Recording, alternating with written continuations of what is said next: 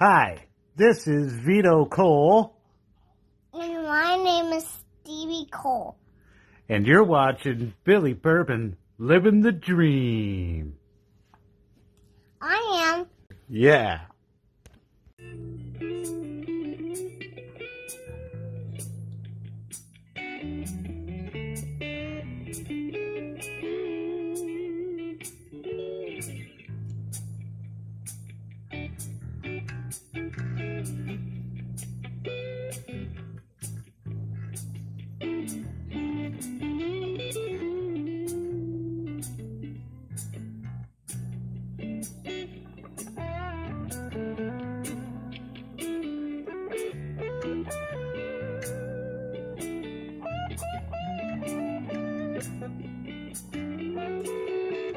Welcome to the show, Livin the Dream. Livin the Dream is the wry comment among musicians unloading in the pouring rain after a 2-hour drive to play for 3 people.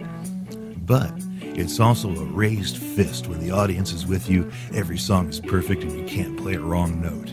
That, too, is living the dream. This is for the musicians who don't quit, who keep performing, and for songwriters who now have the whole world of the internet to display their works. I'm one of you, and I'm here for us. Here we go. Okay. Oh, I'm sorry. Take 1. Hi, I'm Billy Bourbon. My guest today is Mr. Vito Cole, a 30-year-plus friend of mine from Norfolk, Nebraska, or up in that way, up in that corner of Nebraska, anyway. And do you live in Wayne now, don't you? Yes. Yes. Yep. Wayne, Nebraska. Good old Wayne, America. Wayne, America. And Vito's one of the I always describe him whenever I tell anybody about him. He's one of the best songwriters I've ever been around, and prolific beyond belief, and lyrically sound. Well, thank you. Thank you very much. You're lyrically sound. He's a thoughtful, intelligent guy, and I've always liked him since the day I met him. So we did this interview 2 days ago, and because of technical difficulties, because I'm a one-man operation, we had no sound on Vito's recording. So we're doing it again. So one of the things we covered was the first time we met. Now, The way I recollect it, Vito walked in looking a little bit like a very young Buddy Holly. He had horn-rimmed glasses on and a pink t-shirt and a headband, a white headband. That's the way I remember it. I'm not sure if that's really true, but that's the way I remember it. And the bar that he is walking into is well known as being the knife and gun club of this little town. I mean, it's well known for being a tough bar. Lots of bikers, lots of factory workers, lots of carpet layers. They were just a working man's bar. And this was back in the 70s and 80s and 80s and 90s, and back then, people were a little freer with their punches, let's say. Yeah. Or either that, or I'm just hanging with an older crowd, and I don't see the violence because it's at a different place that I don't hang out now, which is likely. But anyway. The point is, when he walked through the door, I thought this kid was going to die. I thought he was going to be murdered in the parking lot, beat the hell out of. And I and my band were hosting a jam, and him and his boys got to play, and he won over the crowd. He won our hearts. Okay, Yeah. Vito, what is your recollection? You're pretty much dead on. Yeah, I was wearing I think it was salmon, not tank. Salmon. Okay, I'll give you that. Yeah. A salmon-colored shirt, a weird headband, and not like a do-rag, not like the way they wear it now. No, this is more like a basketball player would wear. Like a workout band. Yeah, it looked like a headband, and my hair was flopping over the top of it. Oh yeah. And and I was also wearing khaki shorts with a pair of like blue long johns underneath them, and work because he boots. thought that would be appropriate to wear to the toughest bar in town. Thank you. Yeah, well, and I had never been there before. Nobody had told me anything about this place. Yeah, other than there's live there music was a there. jam. Yeah. Yeah, and we didn't talk about this the other day. I was underage. Oh, I think I was only 20 years old. oh, geez. So And- that's not that bad then. Yeah, and we weren't there to drink anyway. I didn't even try. Yeah, you were there for music. Yeah, and oh man, yeah. If I would have known, like, how scary that place's reputation was or whatever, I probably would have been terrified, but nobody told me, so I had no idea. Yeah. So, yeah. And like I said, it was great because he came in and they played. These guys played all original songs, so they weren't playing songs that the club was familiar with, and they'd heard Right. original songs before because my band did them too. But you know, Yep. they were. Some people would have come in playing Brown Eyed Girl or Freebird or something, trying to win the crowd over. These guys came in, played all original songs, and they were. These guys were kind of. I guess that would have been the time of the alternative music, so they were a little alternative to rock and roll, and but it's what it would be what rock and roll is now is what they were playing then, you know. Yeah, I mean, it's all Who knows? comes from the same who knows what place. those labels what those labels mean? It just means how old Yeah. you are when you discovered rock and roll, kind of. I think. But, Yeah, yeah. but anyway, and he won them over, and that was history for that for that place, for that thing. That was kind of a cool thing. Yeah, I, yeah. You know, how many? You said I heard you say one time how many jam nights there were. Like how many consecutive jam nights or something. It's like 676, I believe. Wow. It's 673, 600. We never 52 times 13. If you got your Right. calculator handy, because we never missed a Thursday for any reason. That the whole 13-year stretch. Right. Yeah. And there Blizzard. were So many. We played a few blizzards when there weren't that many people there, but we played, you know. Oh, and, yeah. And then we rainouts and electrical power outages, and about the only thing we didn't ever have was a fire, thank goodness. But Yeah.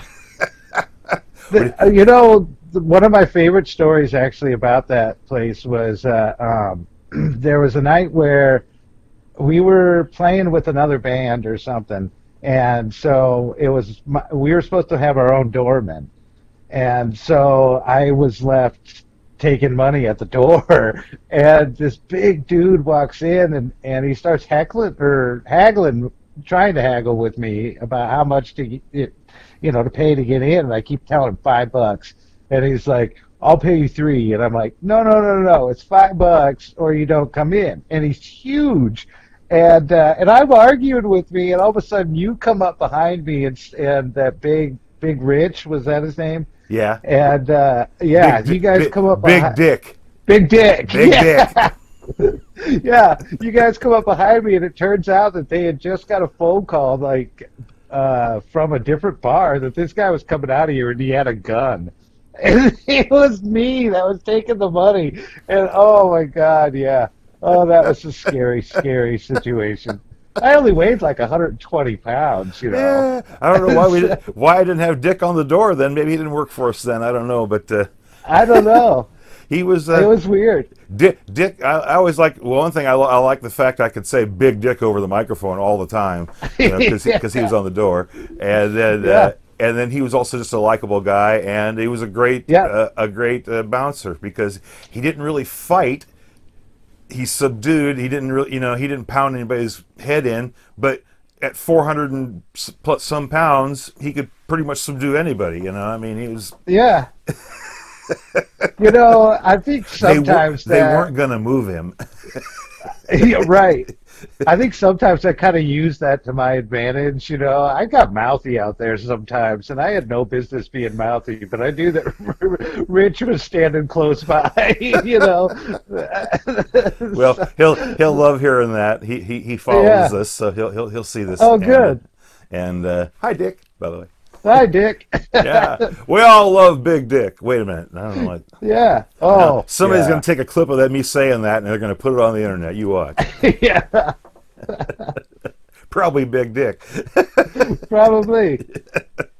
Hell, I'll clip it and put it on there. I don't care. Beat him to the punch. There you go. Now, I already declared you to be one of the great songwriters, and in our next segment, we're going to talk to Vito about songwriting. I'm Billy Bourbon. This is Living the Dream.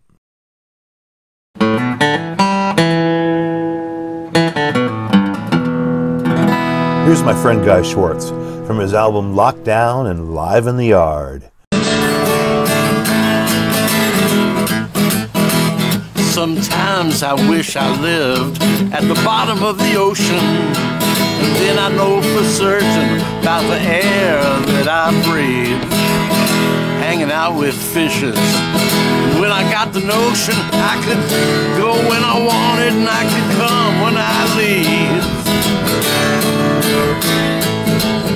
Everything is beautiful, everything is clear, everything is boundless and blue, somewhere far away from here. And then I thought I'd live in another solar system with 2 big red suns and a half a dozen moons. I'd sit and watch the sunset, then watch the other sunset, red mono tunes in multicolored tunes. Everything is beautiful, everything is clear, boundless and blue, somewhere far away from here. Then I thought I'd die, go all the way to heaven, or maybe somewhere else if heaven ain't a thing. Not too particular about how I see eternity, as long as I can still hear some angels when they sing. Everything's beautiful, everything is weird, it's all homegrown and monkey bone, somewhere far away from here.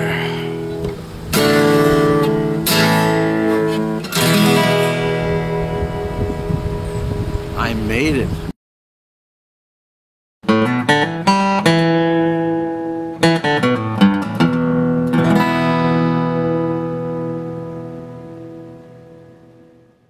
I wrote this in July of '98, and my father had just passed away in February, and my twin sister, who lived in Boston at the time. She's still out there. She was pregnant with her first kid, and so I got the call at work that Cole was born in July. And I left work, and by the time I walked everywhere back then. I walked home, and by the time I picked up my guitar, the song was already written. And so it's basically a song, a letter to my twin sister, just telling her that I missed her. And but yeah, so banquet beer. I drank a lot of banquet beer at the time, so Coors Original. So yeah, that's how. And it's weird because it's I wrote it in '98, so it's 22, almost 22 years old now. So my nephew Cole is almost 22 years old. So that's weird, but okay, here we go.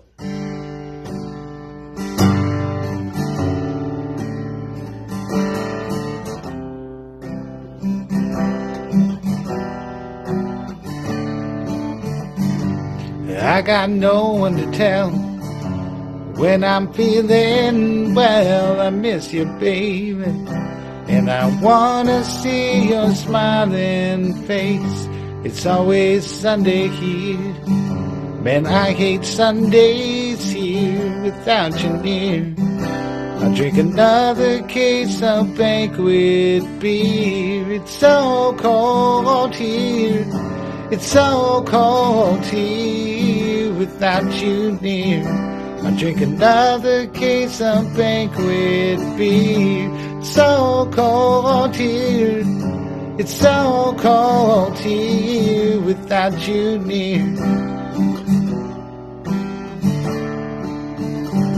My favorite color's blue, 'cause that's how I feel without you. I'm sinking down, and I don't think I can stick around. But I'll sit in and play and think of something great to say about you, girl.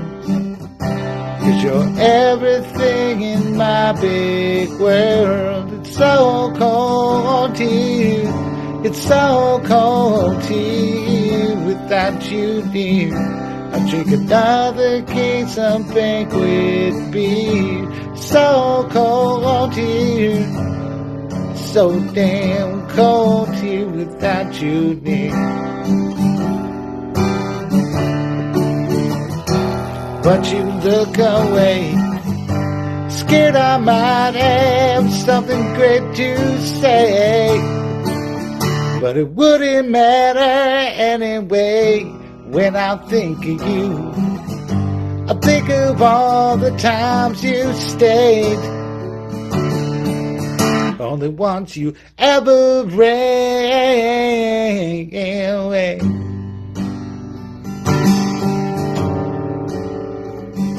It was to stay.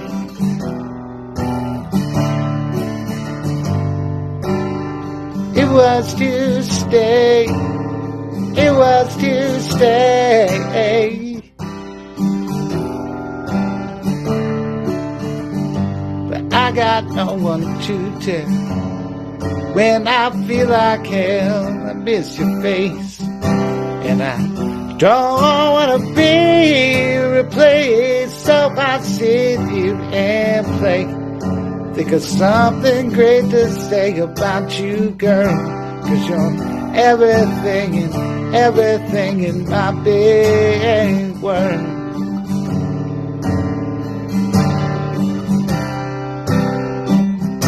I drink another case of banquet beer. It's so cold here, so damn cold here without you, dear. I drink another case of banquet beer.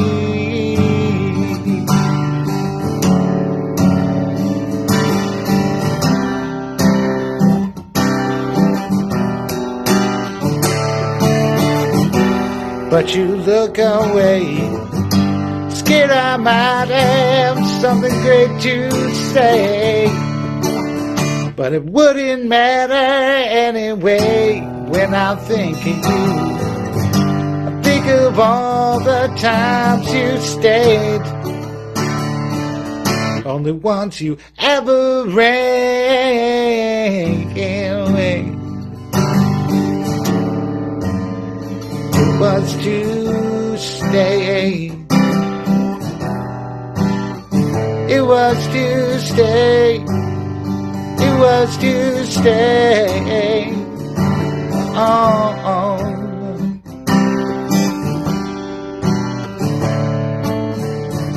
My all-time favorite color's blue, 'cause you know that's how I feel without you. I'm sinking down, and I don't wanna stick around, but you know I'm gonna sit here and play.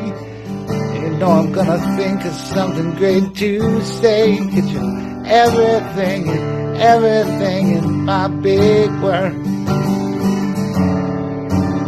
Oh, I'm gonna drink another case or two, just to forget about you.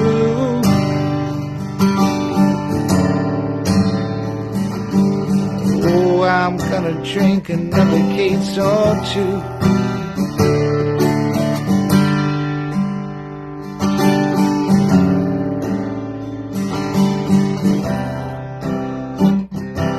Drink another case of banquet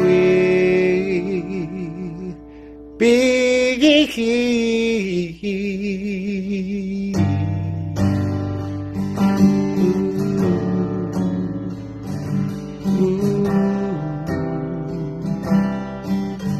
Another case of banquet beer.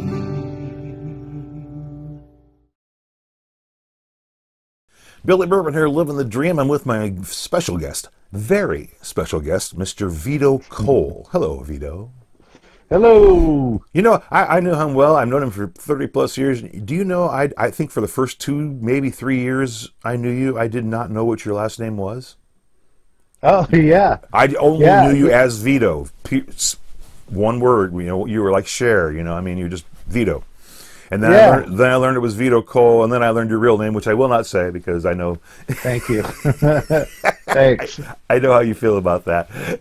Yeah. But anyway, Vito's is one of the best songwriters I know, as I said in the last segment. So this segment, I wanted to talk to you about songwriting. I got a feeling this is a already answered question, but does songwriting come naturally to you? I think the word part of it does. Yeah. Lyrically? The music, I struggle with music, but I've always kind of been, well, how should I put this? I can write well enough to get my point across. Yeah, and you carry a lot of the, you know, like I was talking with you the other day, you know, I do the same thing, especially on acoustic guitar. I just carry it with the melody of my singing, and my chords are close enough. I told you I played the acoustic my version of Puff the Magic Dragon to somebody who actually knows how to play guitar, and they were just aghast that I was playing it this way. You know, it's like, you're missing 5 chords, you know, and I'm like, well, yeah, but I made it through, and people knew what song I was singing, and you know, and that's always been my kind of approach to it.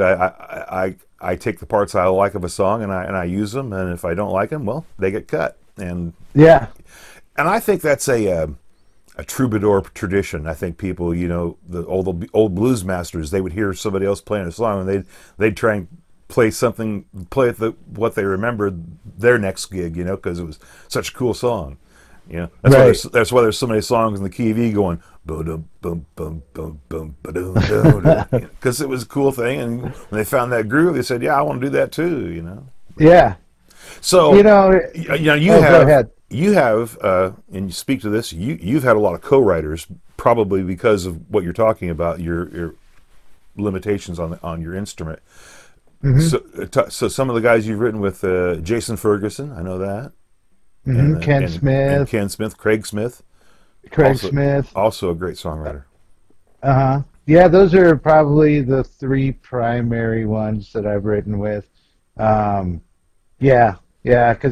Corey Anderson, I wrote a couple songs with him too.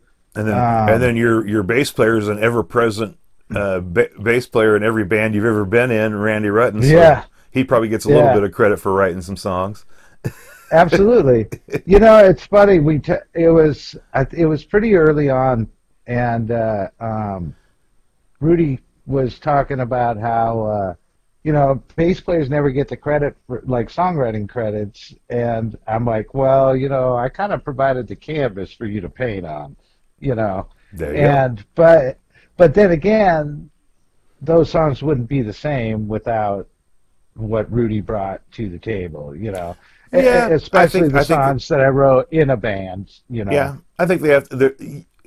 I think ultimately the people involved always know how much contribution came from who. Right. Yeah. You know, there's sometimes, like you say, a bass player comes up with a groove that makes the song. Well, then he's a songwriter. But if he's just playing kind of the chords he's told to play and playing in a basic way, then he's not the songwriter. Right. And I've never told Rudy ever what to play. You know, Rudy's. Why would you? I don't think anybody. Exactly. Why would you tell Rudy what to play? The man's a genius. Exactly. Yeah. So, if a song changes when you record it, for instance, like I remember one song in particular, like the song faded out. Like it was a song that I wrote on my own, and we played it as a band, and at the end, like the song faded out with this really sweet drum cadence and this beautiful bass thing, you know, and that's the only 2 things in it. And to me, Rudy wrote that. Right. You know what I mean? Yeah, like, absolutely. That's all him, you know. Yeah, so, when it becomes an essential... you could say,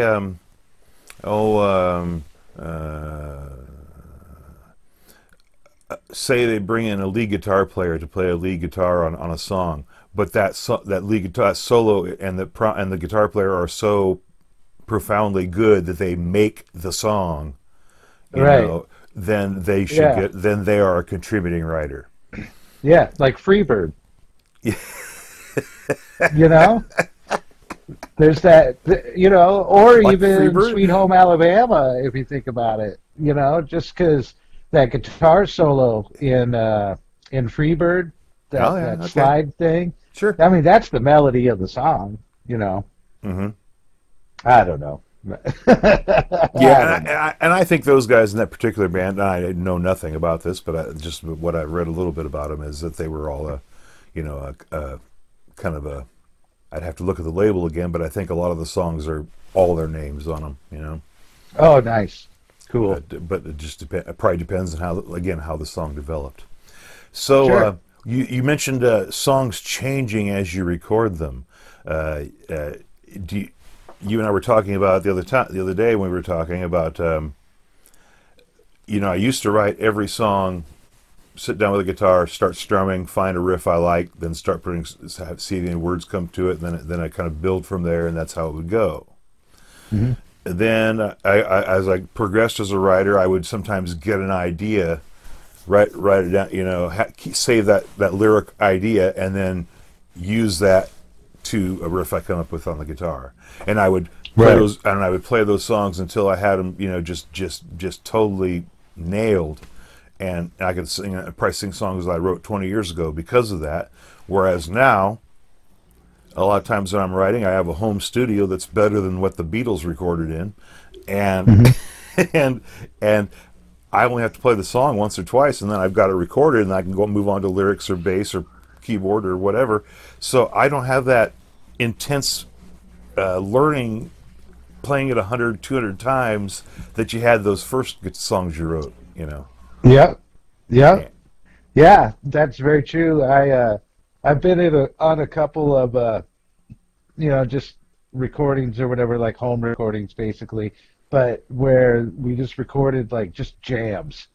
And those are some of my favorite songs that I've ever written, but I've never done them again because they were just one-time deals. And I'm glad that we got them on tape. But yeah, like that stuff that we did in your basement that time with Dick Diction.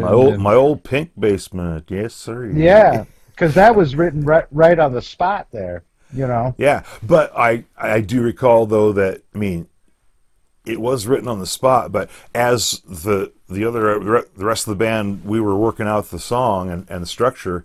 You were writing the lyrics that you didn't have to make them up on the spot on mic when you recorded it. You literally sat there and wrote it while we were working out the music, which I always thought was a very cool thing. Now, this is one of the things about you that's always impressed me. When I owned a bar, I used to have to go down to Omaha, Nebraska to get my liquor, because in Nebraska back then you had to buy it from one of 3 liquor companies. The only way to get it was to either have it shipped to you or to go fetch it yourself. So I went and fetched it myself, and I took Vito with me to go along, and we went down there and got the liquor, and we came back and stopped at a strip joint, and we went in, and this incredibly beautiful stripper. I paid her $5 to give Vito a lap dance, and by the end of it, he was convinced that she was in love and was ready to run away with him. And yeah, I was ready. All the way home, I had to let him down and let him know that she was a professional, and she was. It was her job to make him feel like that. And yeah, okay, he said. Yeah, she was very good at it. Yeah, she was good. Anyway, and then after that letdown, he sat down and grabbed a piece of paper, scrap of paper from somewhere, and started writing, scribbling, and he wrote not one but 2 songs on the way home, which is like an hour and a half, 2 hour drive, and it just amazed me. Now, I don't know if we ever have those. I believe up in my filing cabinet up there, I believe I have the scraps of paper, and I will, before when we air this episode, I'll flash them up on the screen if I actually do have them. Right up. And I will try and find the infamous Elvis and Karen Carpenter picture too. Yeah. I'm pretty sure I know where that one is. So I get Yeah, that. You'll we for Halloween one year I dressed as Kung Fu Elvis in with a black belt and the white togs on and Vito came as Karen Carpenter. He has skirt on. You got to understand the guy weighed all about 100 pounds soaking wet. He's just skinny as hell, and he has a bucket that says, "What did it say, Vito?" We'll puke for food. Yes. Yeah. It's so bad. It was, but you know, it my was eyes funny. were all blacked out. And, oh, it was bad. I think that was the only Halloween like I dressed up until I was like 40. Yeah. Well, Yeah. it was worth it, and Yeah, it was. and I really appreciated it. So It was actually Rudy's ex-wife's idea.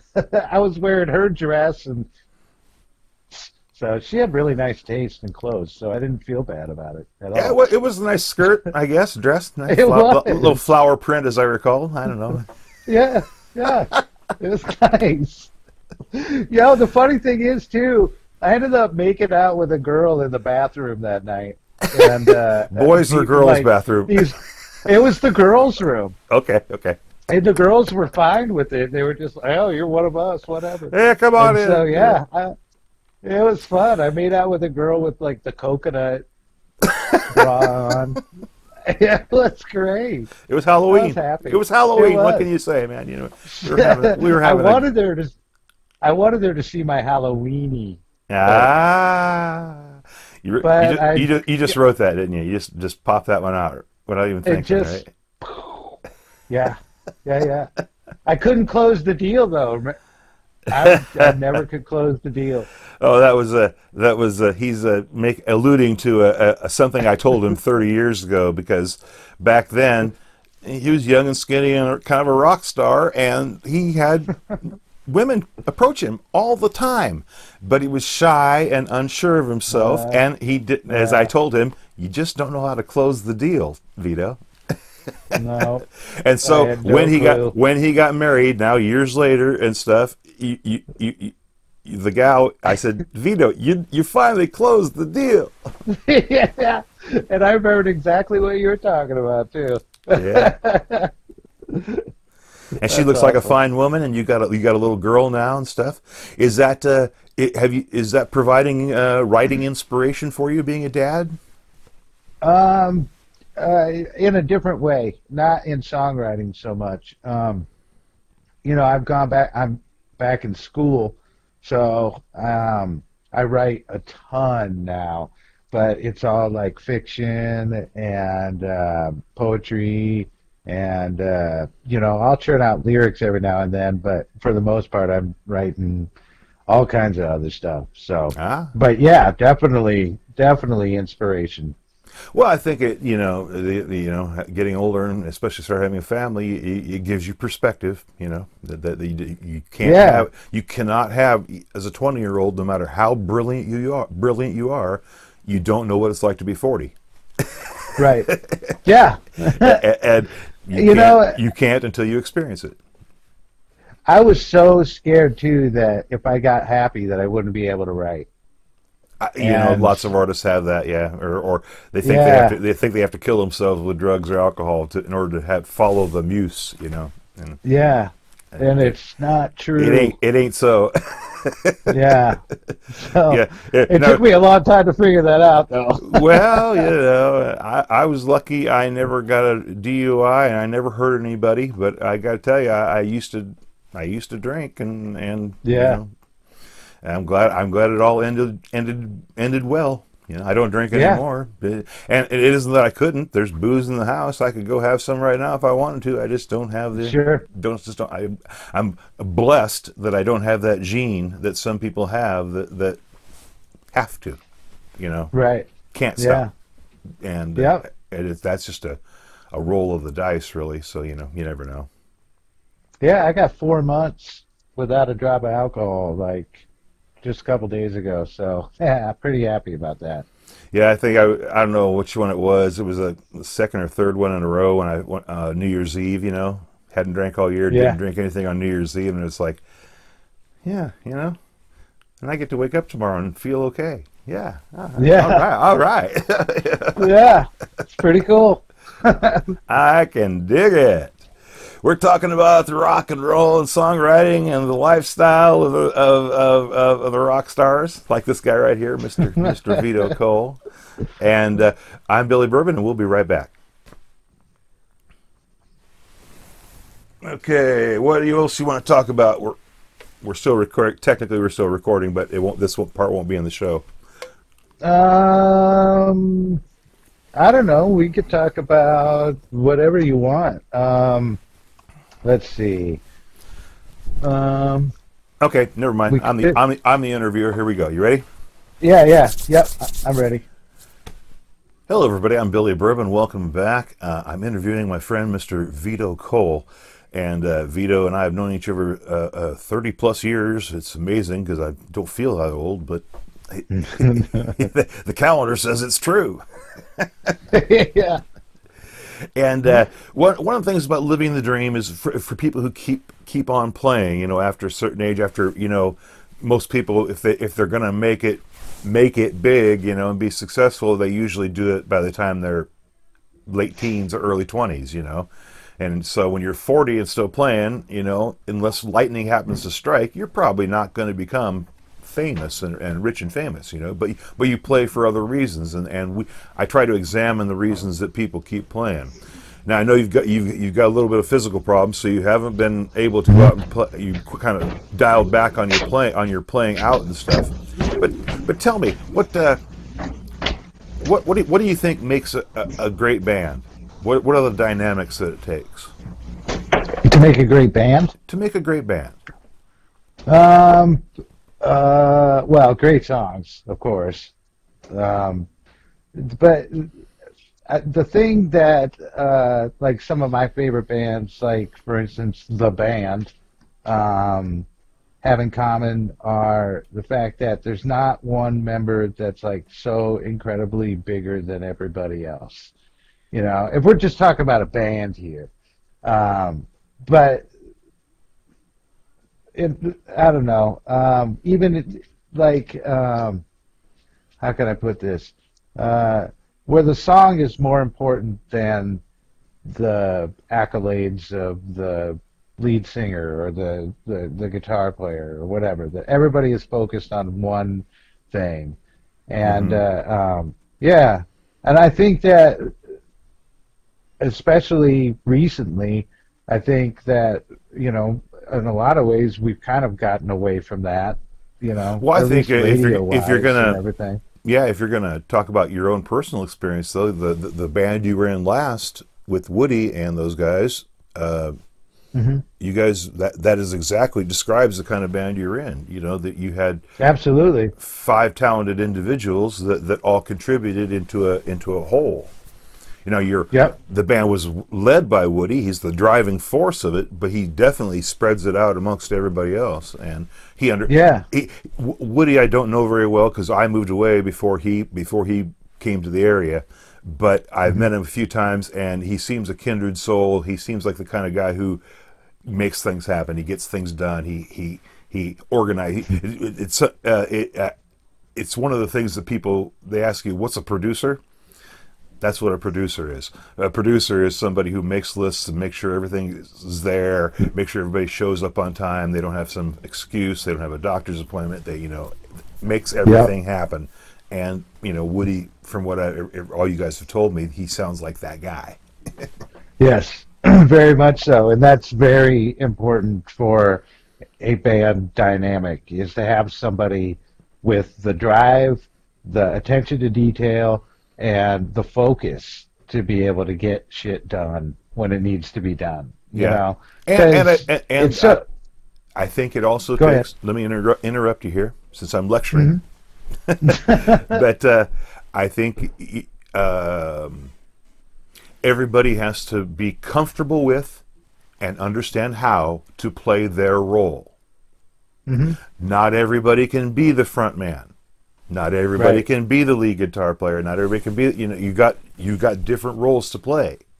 Maybe one of you guys is really funny, and you're gonna use that comedy. But not. I've played with people they're intelligent as hell, but their timing is. Yeah. Afterwards, they could tell you what the funny thing they should have said was to say, but on stage, it just wouldn't come to them, or the timing would be just wrong. Yeah. And that happens. Not everybody does it, and we all have to play to our strengths. And I think when the bands that are the best are the ones that everybody knows their role, they're all happy with, and more importantly, they're happy with the role. Mm-hmm. You don't have if it's my band and I'm running it and it's economics is part of it. If I'm the guy who books the gig and I'm the guy who gets the money from the person, and I'm the guy who hands the money to you, well, then you're in my band. When you hand me the money, I'm in your band. Yeah. And well, when I had Vito and the B-Towns, it's so funny because I want to say when I was in Vito and the B-Towns. See, that's just what you're talking about. You don't even think of yourself as the band leader, even though it was Vito and the V-Tones, because it was a band. I was never the band leader in that, and I think people wanted me to be the band leader, and I just was never comfortable with that. And I enjoyed the time on stage, and I didn't necessarily want to be. I was comfortable being the front man. Don't get me wrong there, but and I'm not sure how comfortable I was being that far out front though. Vito and the V-Tones. So, but if I would have done something different, I would have not used that band name. That's for sure. Yeah, it was catchy though, and people knew who you were. Yeah, I heard. I saw the Rock and Roll Hall of Fame induction of U2. And the drummer, when he came up, he talked about how important drummers are, and he said something along the line of, and I don't know if most of you know this. I can't do an Irish accent. I don't know if most of you know this, but a lot of people in Ireland think of U2 as Larry Mullen's band, and you could see the Edge and Bono all nodding and going, "It's true," Everybody thought it was his band, because he was right on. He was apparently the guy who was driving for us. He was the good-looking guy. He was the best looking of them. So he had that going for him, and it probably was the guy who went and got the money. I don't know. Who knows? But wow. I thought that was kind of funny. That's surprising. Yeah, that is surprising. Yeah, because I'd never heard him speak before. Until that moment, I'd never heard a word escape his lips. But I remember in Rattle and Hum, he says something like, if he was talking to the bass player or the cameraman or something, and he said, "If I had a head like yours, I'd bleep and bury it," or something like that.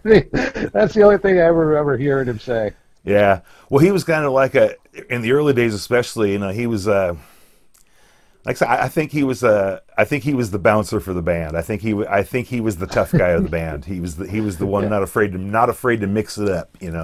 Sure. And he kind of looks that way. Yeah, he always looked like he was kind of a bikery tough teddy boy kind of thing going on over there. And I don't know if Teddy Boy is like two generations later than him, but or earlier than him, but.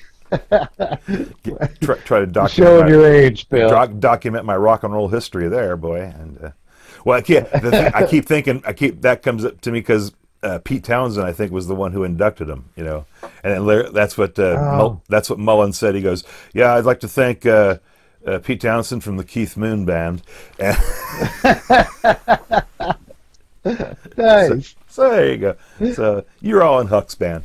There you go. Yeah. Oh, that's funny. So, one more question. Okay. What do you? I've asked this a lot of performers, and did you ever have an item that you would always take on stage with you besides your guitar? Something. Statue. Some guys have a statue. Some guys have a T-shirt from a dead friend. All kinds of different things like that. Was there anything that you ever? You remember me? I had the guitar with my friend's Kurt Sotolo's ashes in it. So There you go. Oh, wow. Okay. That rig guitar Scotty made for me. Yeah. That okay. That had his ashes in the neck of it. Okay. Pretty cool. Wow, I never knew that. That is cool. I honestly don't think I do. I've never. I know for a while the B-Tones we brought, like, my dad had like this collection of old Buddha figurines or whatever, and there was this wooden one. Yeah, Ferguson grabbed a hold of it, and so he'd bring it up on stage with us all the time, and we weren't Buddhists. You could have cared less if you work without it or not, Yeah. So, but no, I don't remember. I asked nothing lucky. I asked a blues man up here, Bob Dorr, about that, and I said, "What do you, anything you've ever, always take on stage?" He goes, "Take your wallet. Always take your wallet on stage. Don't leave it in a locker. Don't leave it in the car. Take your wallet on stage." And I said, "That's good advice. That's good sound advice. That's good sound rock and roll advice right there." Yeah. Your teeth. Your teeth, don't forget the teeth. Don't forget the teeth. Don't forget your teeth. That is important. I forgot this one. Oh, there you go. You're looking good. Yeah. Oh, well. And the funny thing about this, I took a bite out of a candy cigarettes. And that's what chipped it? Candy. Yeah. Don't. Cigarettes are bad. I had a rear molar, and I literally was eating a soft tortilla, and it chipped my tooth. Oh my God! Just the dynamic kinetic energy just hit at the right angle at the right moment and clocked her off. So, wow, that's the way it goes. Yeah. Well, I can tell everybody we better end because Vito and I are starting to tell old men, hey, look at my tooth, look at my hip, look at my my everything that hurts stories. So we're going to stop right now. Thanks a lot for being my guest, Vito, and I'm going to show the performance clips of the songs you did for me. Do you remember which ones there were? It was 2 songs, right? Yeah, I remember Banquet Beer. Banquet Beer? Yeah, and was the other one, was it Good For You, maybe? Well, I don't know. I'm not sure. I'll take a look at it. We'll find out. We'll find out when I play it on the show. Yeah. But speaking of which, let me talk. Since I got you on here and we mentioned it, "Banquet Beer" is a song that Vito became famous for this song in the area because he wrote the song is kind of simple. It goes along, and it sounds a lot like "People Call Me the Space Cowboy." A little bit. Oh, that's the chicken song. Yeah, that's the chicken song. Well, don't you always don't you throw that in? That's the other one. Don't you throw that in on the Banquet Beer? No. Oh, those are 2 completely different ones. What's the other song you do throw it in on? We would do Chicken Song and The Joker and Leaving Las Vegas and there's another one. Oh, that terrible Sugar Ray song. I Just Want to Fly. Oh, yeah. Something like that. Oh, God.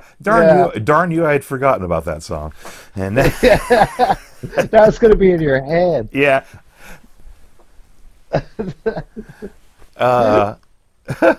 Yeah, he came. This is okay. So this has nothing to do with the song that he sang. Or maybe I'll have you send me a version of that song too, so we can play it. But it's okay. He became famous for singing this chicken song, and it was just kind of like it kind of reminds me of Waylon Jennings told a story. He's being interviewed, and this is back in black and white, and his hair is still kind of more straight-laced. He hasn't gone completely hippie yet, And he had this song called Waymore's Blues. You heard Rusty Christensen do it every time you ever saw him play. Okay. And the lyrics, and I'm quoting Waylon here, the lyrics don't make sense.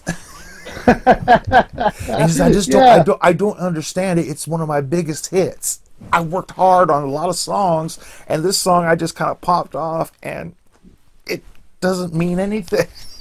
Yeah. I thought that's great, you know. So anyway, that's what I would think of when I think of the song, you know, because it just you kind of started doing it. I think you may have ad-libbed it the first few, and then you developed it, and then, but by the time a few weeks have gone by, everybody in the bar is singing along with this chorus of helping. When you kiss me, I know you miss me. When I tell you your sweet lips taste just like chicken. And everybody would be singing this, and it didn't mean anything. No, I used to, you know, it's funny. I used to say this to a girl every night before we went to bed. I would kiss her goodnight and tell her that. And yeah, that's kind of where it started. Your lips taste just like chicken? Yeah, that's what you told her? Yeah. And then, do you remember all the girls used to come up and put money in my pants whenever I played that song? Well, I believe made a lot of money. You were kind of adorable. You were kind of adorable.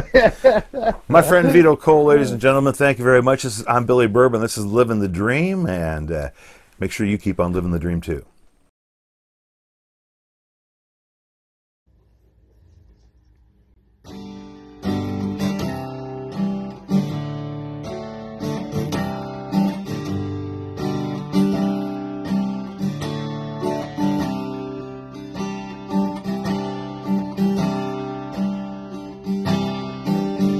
My body aches as you create another reason to stay awake. Well, I got 36 really good reasons to lead me to believe that you're fooling yourself. Fooling yourself. Well, I walk down the street and scream out your name. So damn sick of these reruns of fame. Am I the only one dumb enough to accept all the blame? You're fooling yourself. Fooling yourself.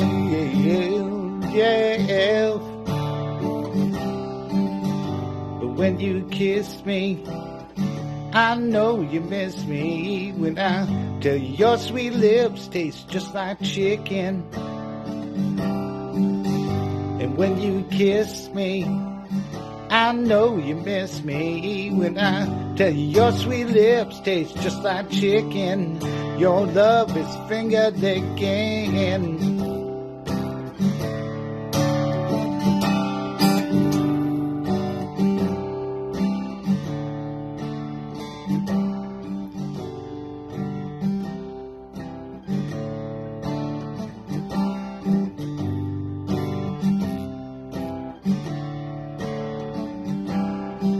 So pass me a vegetable, I got a pocket full, and hand me a light, and you know I'm gonna make everything alright. You're fooling yourself, fooling yourself.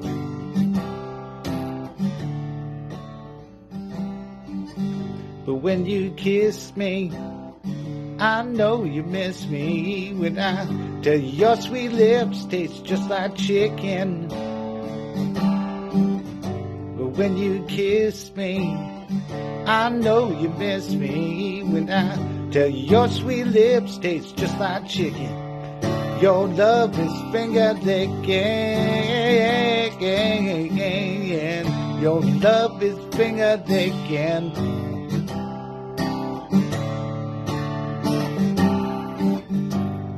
Some people call me the space cowboy. Some call me the gangster of love.